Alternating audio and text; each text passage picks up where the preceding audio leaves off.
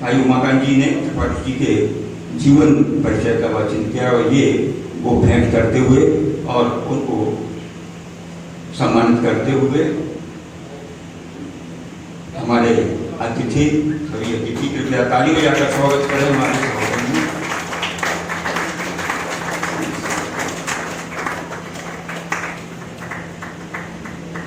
भाई टी.आर. त्रिपाठी जी हमारे शहर ही नहीं बल्कि पूरे प्रदेश की शान है और इन्होंने 4 काव्य कृतियां प्रकाशित हो चुकी हैं। भाई त्रिपाठी जी बहुत ही सक्रिय रहते हैं साहित्य विधा में, हमेशा प्रगतिशील लेखक संघ के अध्यक्ष हैं और हमेशा वे सतत साहित्य सेवा में संलग्न रहते हैं।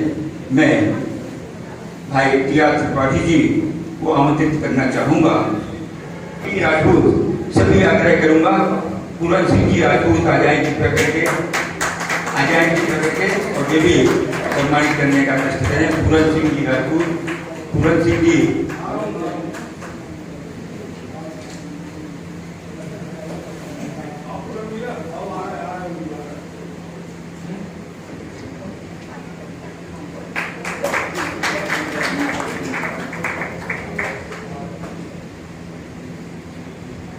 भाई पूरन सिंह जी संग्रह रस के कवि हैं और पूरन सिंह जी ने भगनोटे पूरन काव्य संग्रह रचित किया है, जिसमें उनका जो काव्य संग्रह पढ़ने योग्य है। वे हमारे आज के जो सम्मान ग्रहण करता है श्री त्रिपाठी जी का सम्मान करते हुए और चूंकि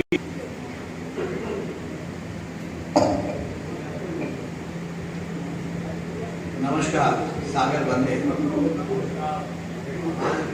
वंदे मातरम। आज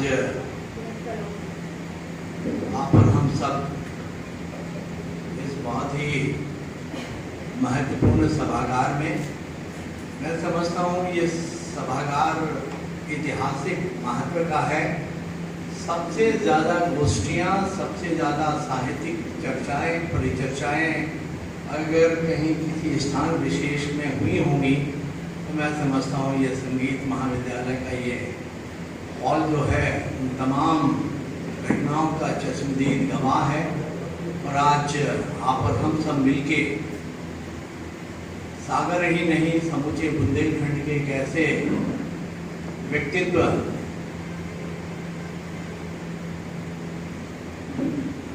जो न केवल एक बहुत श्रेष्ठ कवि थे, साहित्यकार थे, कला के पारखी थे, एक बहुत ही शानदार व्यक्तित्व के धनी भी थे। और मेरा बड़ा सौभाग्य है कि हमारी उनसे बहुत निकटता की रिश्तेदारी होती थी। मैं समझता हूँ कि इस धरा पे मामा भांजे का संबंध बड़ा आनंददायी होता है। वो मेरे रिश्ते में मेरे मामा थे, लेकिन वात्सल्य भाव उनका जो है पिता तुल्य था।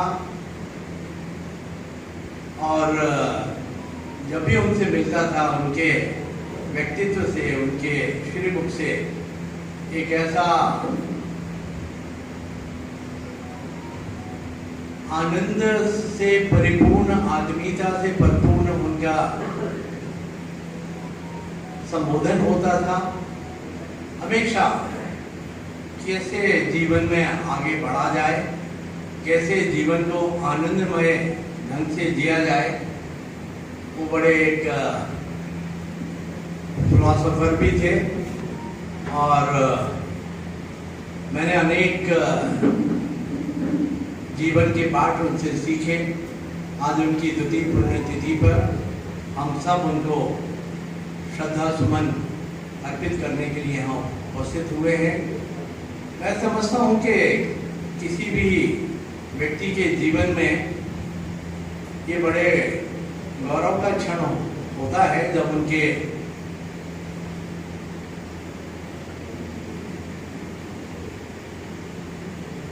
परिवार के तो हालांकि ज्येष्ठ पुत्र तो शायद उस विधा में नहीं आगे आए, लेकिन सम्मानीय नलिन जी के माध्यम से उनके भावों की अभिव्यक्ति जो है एक प्रतिबिंब के रूप में हम नलिन जी को देखते हैं। और अभी जब ये पुस्तक देखने का अवसर मिल रहा था, मैं नलिन जी को इस पुस्तक के लेखन के लिए बहुत बहुत शुभकामनाएं, बहुत बधाई देता हूँ।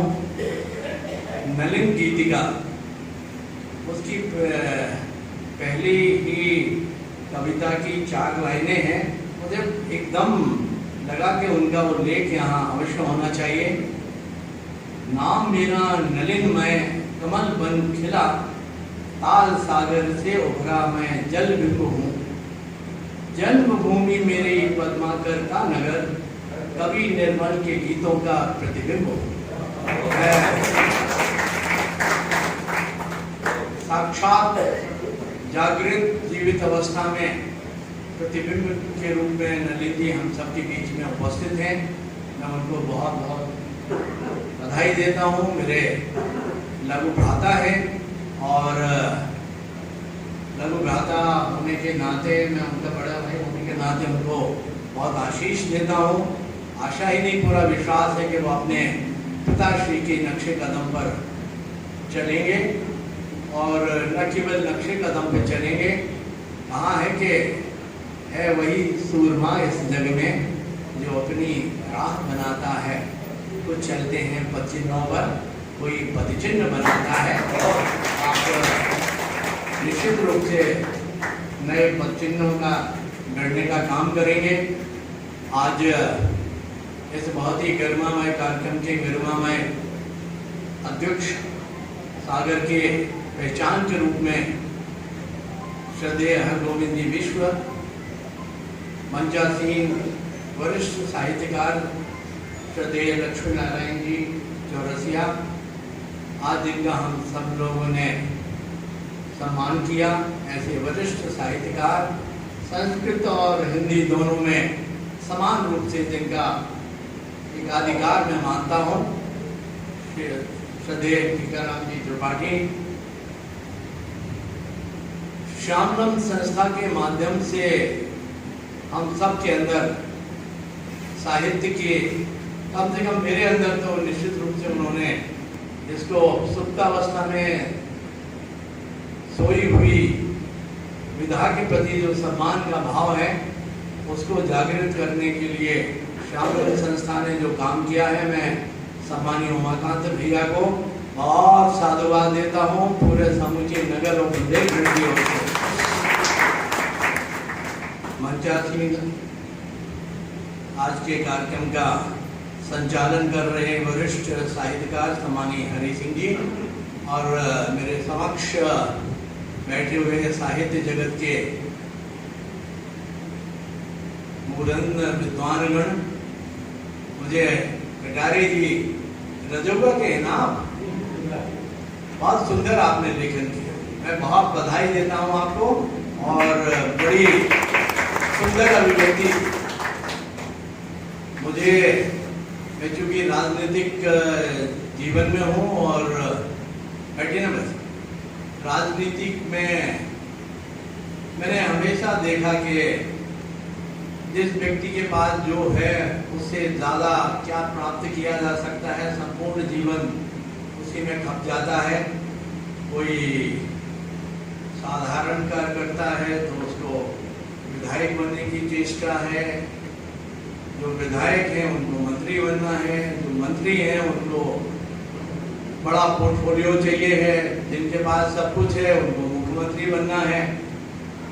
तो ये आपाधापी जो है पद की, निश्चित रूप से हम सबको एक ऐसी अवस्था में लाके खड़ा कर देती है कि क्या बोलते हैं ना, ये मिला ना वो मिला, क्या शेर है ना, खुदा ही मिला ना विसाले सनम।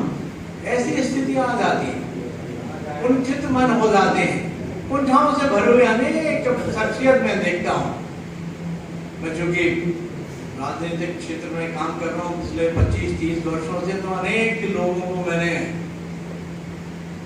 इस अवस्था से गुजरते देखा है। लेकिन उनकी एक कविता की कुछ चंद लाइनें हैं जो मुझे प्रेरणा देने का काम करती हैं, और मैं अपने जो साथीगण हैं उनको भी निश्चित रूप से ये कविताओं की लाइन सुना के उनको भी उस दिशा में सोचने के लिए मजबूर करने की कोशिश करता हूँ। उन्होंने बहुत ही सुंदर कविता के रूप में चंद लिखा है।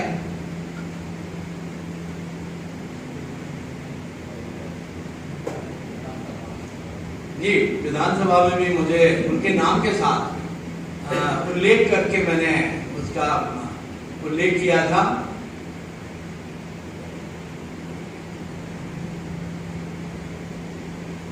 क्या लाइन है वो? कर्म का सूरज जिन्हें है राह देता, निष्काम सेवा भाव जिनको चाह देता, पद बहुत छोटा हुआ करता है उनको, वक्त जिनको देश की परवाह देता।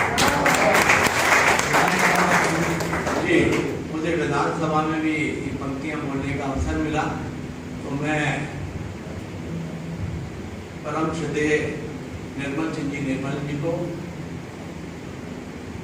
आदरपूर्वक